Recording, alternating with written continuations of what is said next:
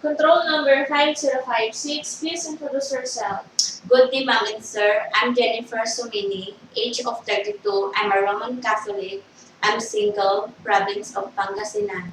I'm undergraduate of nursing. I have experience for 9 years in Singapore. Okay. Do you have experience in taking care of old person? I don't have What can you do for elderly? I don't have experience, but I'm willing to learn. Okay.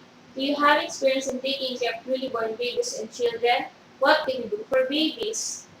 Yes, ma'am. I have experience like changing diaper, feeding, and playing with them.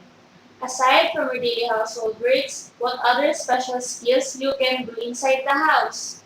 I can I can cook, I can bake,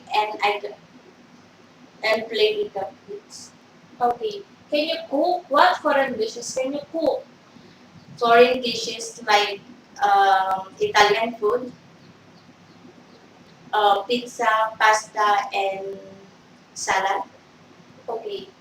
Describe yourself as a housemate. What are your characteristics that your employer will like you? I'm honest, trustworthy, and hardworking. Okay. During misunderstanding with your employer, what do you do? I will apologize and say sorry. Describe your relationship with your past and present employer. How do they treat you? I'm in a good relationship with my boss, and they treat me like a family. Message for your future employer in Hong Kong. If ever you will choose me, ma'am and sir, I will promise to follow your laws and regulation and finish my contract. Okay. Thank you for coming. God bless and good luck.